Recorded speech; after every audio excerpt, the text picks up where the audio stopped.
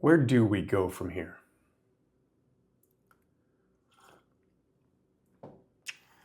It's not exactly what I thought it was going to be. So I'm looking around, I'm taking some stock and realizing that YouTube just isn't what I thought it was going to be.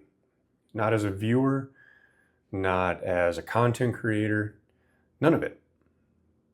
The algorithm pushes people in certain ways, subculture pushes people in certain ways. There's all kinds of external factors that play into it, and it's just not the media that I thought it was going to be, quite honestly.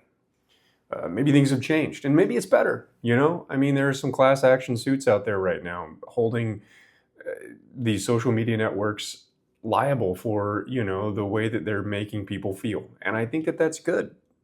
I think that people should have their constant, eye on the pulse and kind of like view what it is that's coming into their life on all basis, like with a sort of slant in their eye and maybe, their head cocked toward the earth a little bit. But I still love making content. I still love sitting down and talking to people and doing this kind of thing. And I still have a lot to teach people, whether it is about sales or negotiations or business tactics or technology. I have a ton of things that I still have and want to say. So, do you make content and not really be concerned about who listens to it? Do you just shout into a void? Do you give up? No, that probably isn't me. I'm not the kind of person that just gives up on things just because the viewer count goes low or anything like that, because the viewer counts are still there. Even if a video only gets viewed 30 times and one of those people takes something out of the video that I'm learning or that I'm doing, then it's worth it to me. And if I can do this type of content to where it's semi-long form and I can just turn on the camera and talk about things, then maybe it's what we should be doing here. So I guess at the end of the day, that's probably part of the thing here. I have this theory that many people are in my particular boat.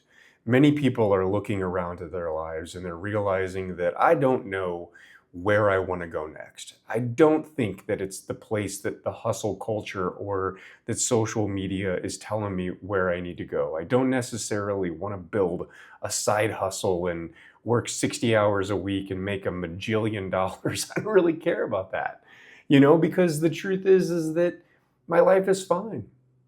I've never made $1 million and I'm perfectly happy. And I don't think it's about money. Sure, it does build in some strategic goals and it does help you realize some things a little bit easier and it makes life a little bit stressful. But, as a non millionaire, I can tell you that really that big difference came for me whenever I had to stop worrying about it. And that really only happened when I had an emergency fund. And that's a relatively easy financial category to get to. Go over, look at Dave Ramsey, see what he's doing, follow his steps, and get to that step. Once you get to the fact where you have yourself an emergency fund, you know what you want to do from there. You don't need his advice anymore. Sorry, Dave.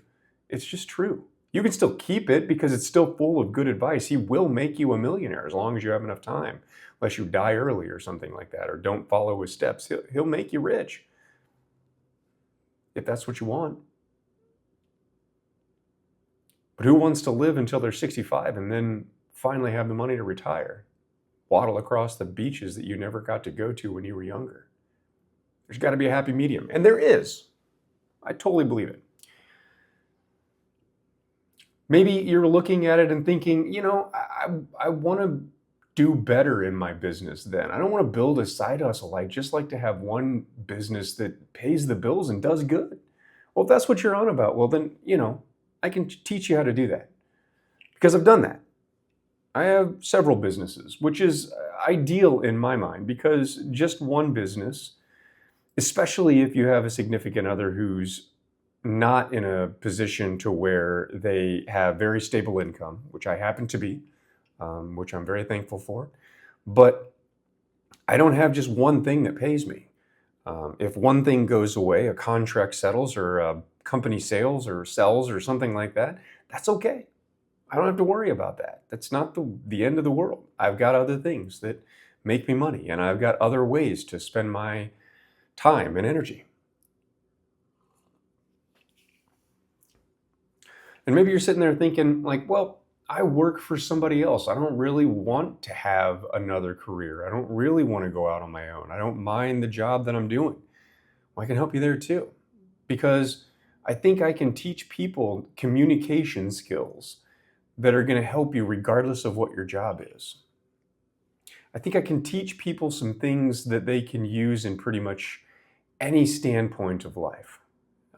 Any Whether it be their relationship, whether it be a work event or a work relationship that you're trying to work on, I think I can help with that too. I think at the end of the day, we don't know where this is going to go. I love reviewing things, and maybe that's what I'll do. Maybe I'll just have fun talking about whatever the hell it is I want to talk about. And hopefully you'll get something from it, and hopefully you'll subscribe, and hopefully you'll like it, and do all the things that the algorithm wants you to do so that they'll push this video out to more people. But if you don't, I don't care. I'm still going to make this. I might review a piece of technology. I might review a car that I'm driving. I might talk about insurance. I might talk about communication. It's going to be all over the place. And I don't care. I'm going to figure this thing out. And by this thing, I mean life. And if you're interested, come along for the journey.